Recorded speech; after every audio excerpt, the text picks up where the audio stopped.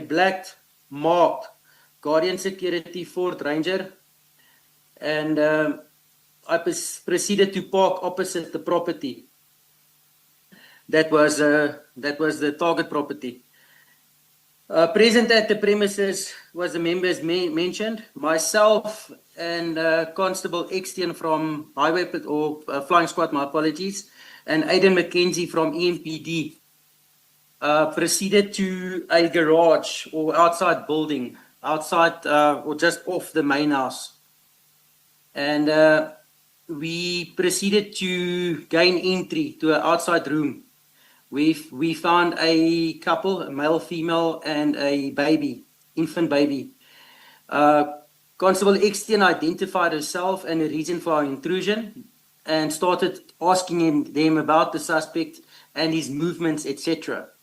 Shortly after this, we received communication that the main team had located the suspect in the main house. We left the family in the outside room and proceeded to the main house and gained access to the house through the kitchen door. On my way to the main house, I spotted a white 4-ton truck with a specific number plate that had been used in the warehouse robbery, which is the vehicle that led us to this particular address. As I entered the house from the kitchen door, I found Fritz, that is Zander Fritz, Constable Zander Fritz, Viandre Pretorius, Kershaw Lee Stalls, Aiden McKenzie was with us, obviously, Kobus, and some EMPD officers I cannot identify, Jaco Hanekom, Etienne van der Walt present, and in the 2 SAPS, unknown SAPS officers from Brakpan. And a unknown male who was reported to be the suspect.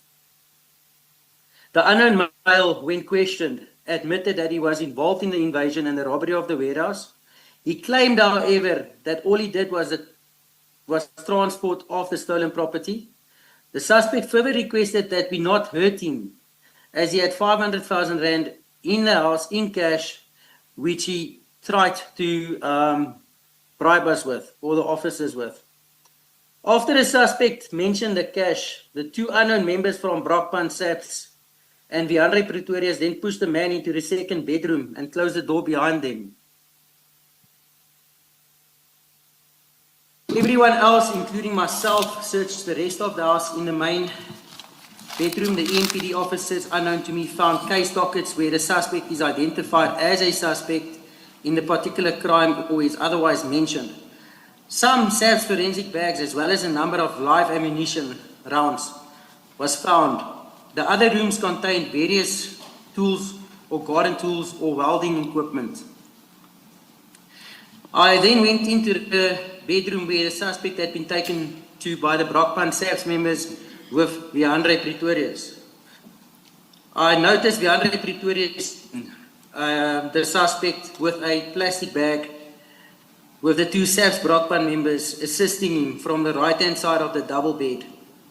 Tubing is where a plastic bag gets placed over a person's head, and that person gets suffocated to the point that he talks or cannot breathe, no longer breathe, and then obviously that we will, or they would obviously then ask him to talk to us, before, obviously to avoid this from taking place again. I entered the room and sat next to the suspect on the left-hand side of the bed. When Viandre stopped, I asked the suspect to tell me where the stolen stock was being kept. The suspect replied that he will show us. I picked up a wooden table leg that was broken from inside the room, held his legs down with it as to not touch him with my hands as he was wet. Viandre then continued tubing in with the 1 unknown Brakpan SAPS member, helping to hold him down, while the other was searching the drawers, etc. I got up and left the room. The other people were still searching the room. It was quite clear, or the house, my apologies, commissioners. It was quite clear at this stage that the stock from a warehouse robbery was not in the house. As I entered the passage towards the kitchen, I saw 1 EMPD officer taking a bucket of water to the room where the suspect was being kept.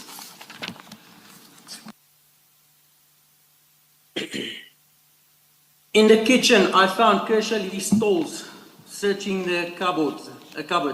I walked out of the house and stood on the steps. A short while later, I walked back into the kitchen and found Kersha Lee on her phone. She ended the call and shouted for everyone to move outside into the yard and went towards the second bedroom. As I moved towards the door, I noticed two unknown Brakpan SAPS members leaving the house in haste. One of them was carrying a small black sports bag. I exited the house.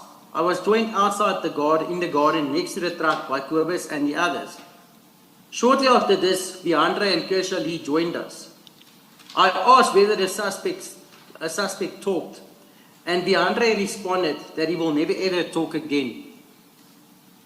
A discussion between the law enforcement members then took place as to how to deal with the scene. Kersha Lee tried phoning a paramedic to declare the suspect dead. Deandre approached me and informed me that he will phone General Feroz Khan to fix this.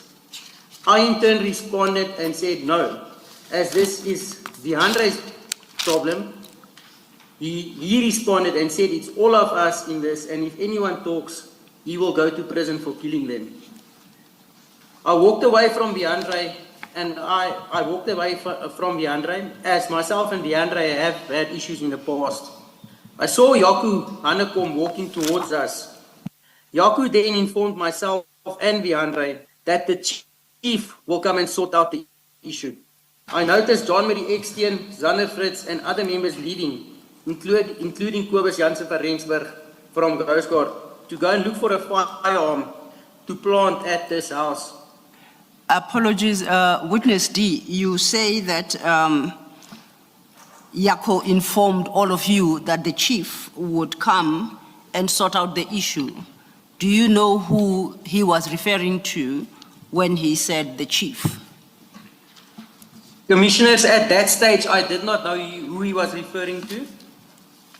And as continued in my statement, I walked to the main gate after this was said, and after I noticed the members that I've mentioned walk away to go and get a firearm to plant. Yes. I walked to the main gate of the property and saw that my vehicle, which is a Ford Ranger, black in color, marked, was parked in by two marked EMPD vehicles, which prevented me from leaving at that point. It made me question the whole scenario and what was currently taking place. A short while after this,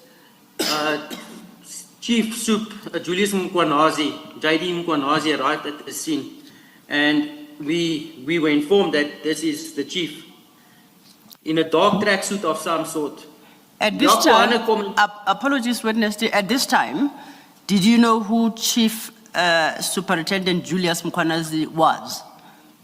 It was my first time seeing him that evening, and then it was obviously when Jaco indicated to us that this is Mkwanazi, Chief Sup Mkhwanazi.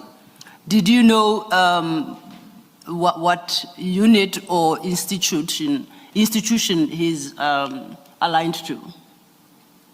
From the system, I understood that he was EMPD or Metro Police. EMPD, you say? Yeah, or Metro Police, from the rank structure. Thank you. You may continue. Thank you, Commissioners. So Jaco Hanekom and Deandre addressed him as chief, and the Metro members, including Jaco, Kersha, Etienne. Etienne was with me at that stage. So the Metro members, they all had a meeting with the SUP away from myself and Etienne. Shortly afterwards, they returned to where we were. JD Mkwanazi said that we needed to throw the suspect's body into a mineshaft or dump it into a dam. As he said this, he looked at me. Deandre then in turn informed me that I must take the body and dump it. They will show me where and that I should relax.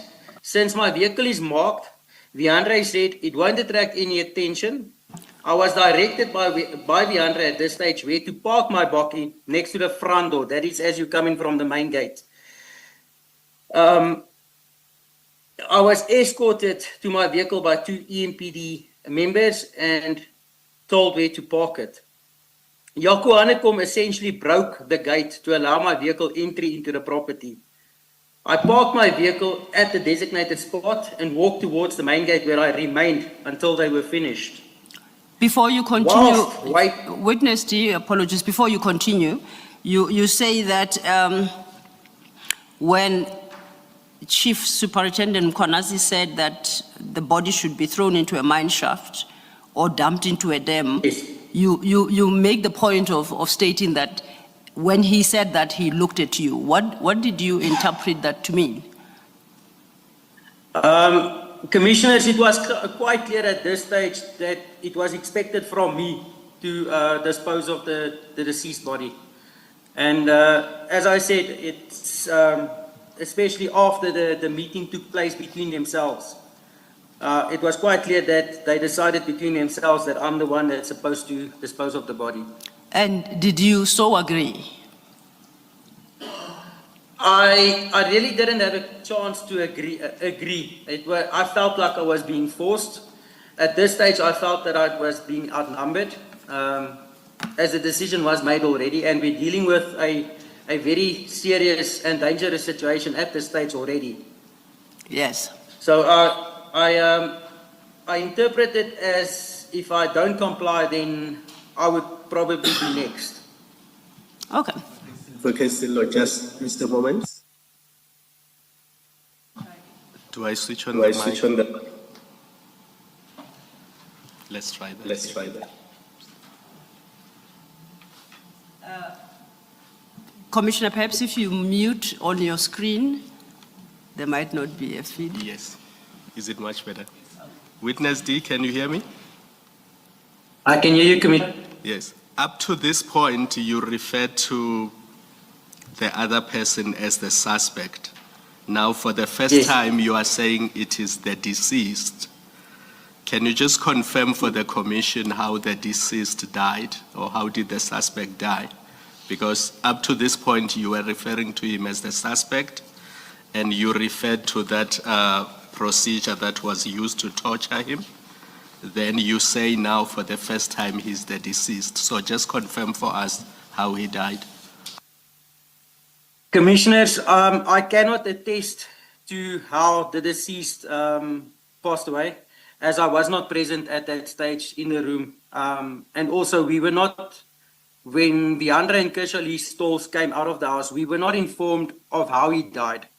It was merely from what Andre said, which is he will never talk again. We arrived at the conclusion that, or myself arrived at the conclusion that the deceased is in fact deceased and no more. Witness. You, in paragraph 14 of your statement, you said you found Andre Pretorius body tubing the suspect, and then you describe body tubing as a process where a plastic bag is pulled over somebody's head and it is fastened around their neck in an effort to get them to talk. So let's just go back to paragraph 14. When you saw the body tubing taking place, can you confirm that the suspect was alive at that stage? Commissioner, I'm at paragraph 14. I can confirm when I left the room, Yes. the deceased was still alive. And then the next time you saw him, we are now later in your statement, he was already dead and you were being given instruction to dispose of the body.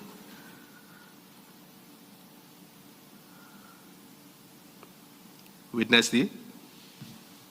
It's gonna be Witness D. paragraph 27. I saw Jaco Hanekom and Andre load the deceased. That's the first time that I saw him after the room, where they load the deceased onto my bakkie. Thank you. Witness D, when you saw him loaded onto the bakkie, did you see any physical injuries? Commissioner, at this stage, I was standing at the main gate of the property, which is approximately 10 feet, 10, 15 meters away from where my bakkie was parked, close to the front door. So I could not see any visible injuries. And like I said, I made a point of it not looking, when I went back to my vehicle, not looking at the deceased.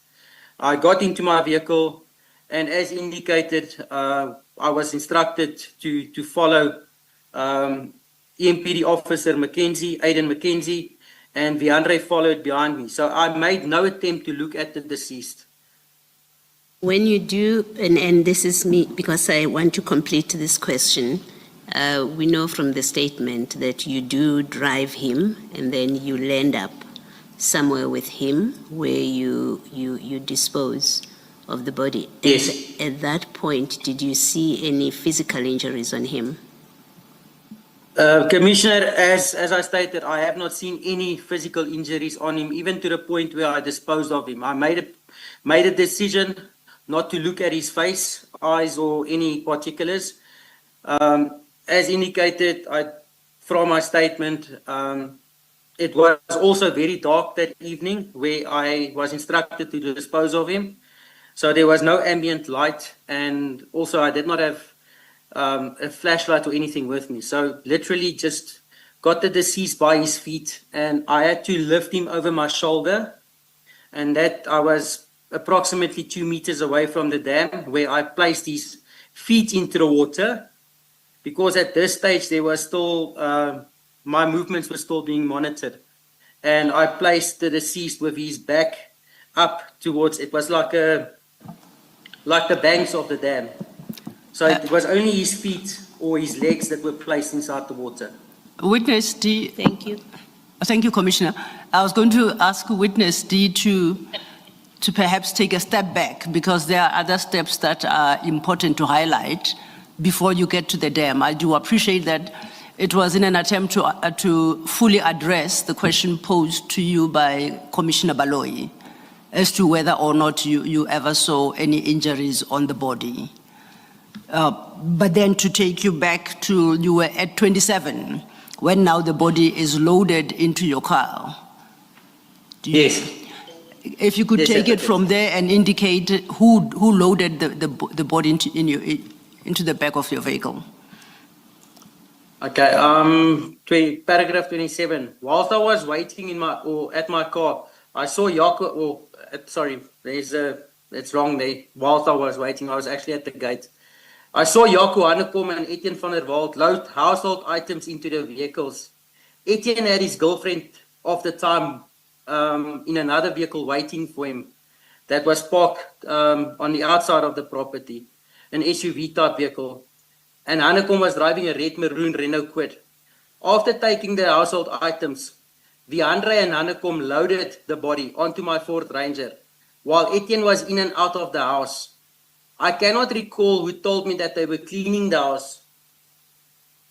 But after this, Mackenzie informed me that I must follow him and that Viandre will follow in a white Ford Ranger behind us. Witness D, before you proceed, please go back to paragraph 27. I understood you want to make a change to the statement. Paragraph Yes. 27 currently reads, whilst I was waiting in my car. You say that is not correct. That is incorrect, Commissioner. How should it read? Please indicate.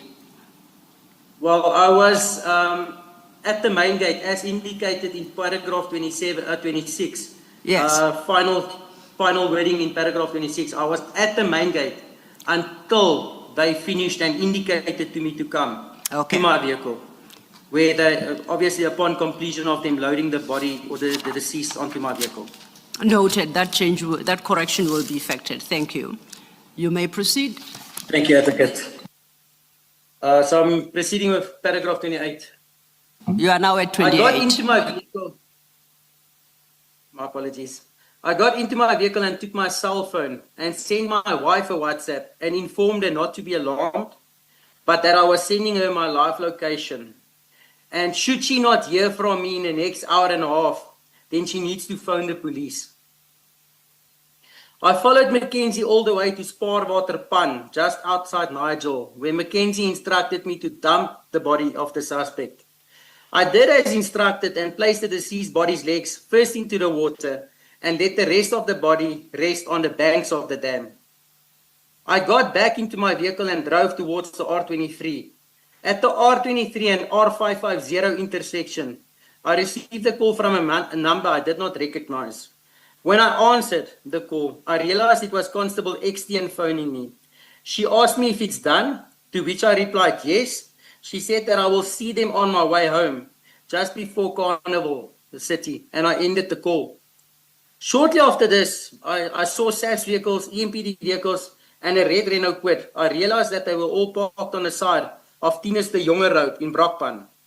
I turned right towards them and parked right at the back of the parked vehicles. I got out and Kobus approached me and spoke to me and asked if I was okay.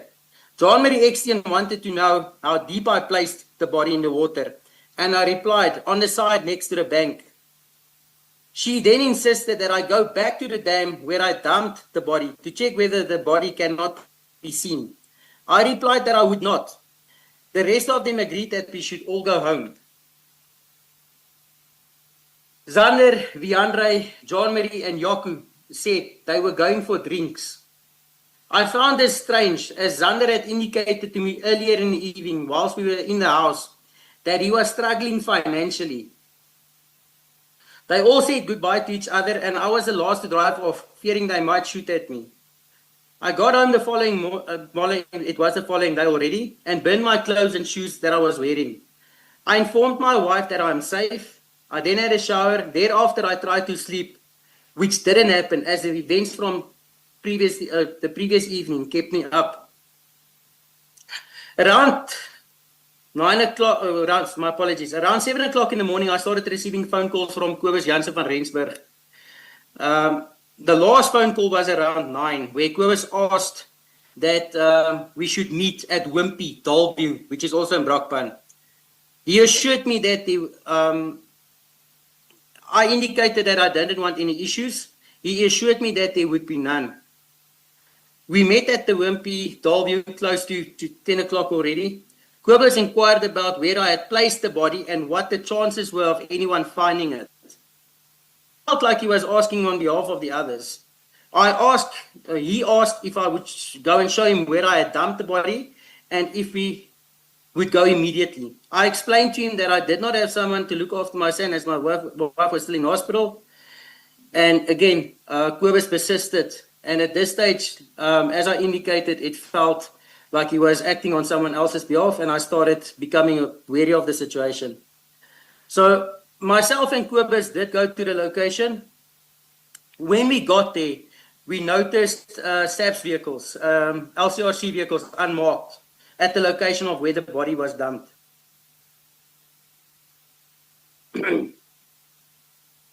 At this stage, before this, Kobus had a lot of questions and was talkative. At this stage, this is where Kobus became very quiet, and we turned around and drove towards Wimpy Dalview, where my vehicle was located. I got out of his vehicle and went home. Around 5 o'clock the same day, I was requested to give a team member backup in Apex Benoni at the scene of an armed robbery involving SAP's members. Upon my arrival, I found Constable Etienne wearing police pants and boots, armed, but dressed in a private jacket. She asked me if Jaco could drive back with me. I found this strange and asked where Jaco was, and this is Jaco Hanekom, and was told that he was in a marked police vehicle, but I should not say anything. I refused to assist. I spoke to my colleague, and all role players were on scene at this robbery, so I left the scene. Around 8 o'clock the same evening. Apologies, witness D, before you get to that part. Looking back at your paragraph 37, Yes. after arriving at this Benoni scene, you say you found Constable Etienne wearing police pants and boots, armed but dressed in a private jacket. What's written in the statement thereafter is, he asked me if Jaco could drive back with me. I thought when you testified, you read that as she asked me. My question is... She asked me. So Constable Etienne is female? Yes. And we should make that correction.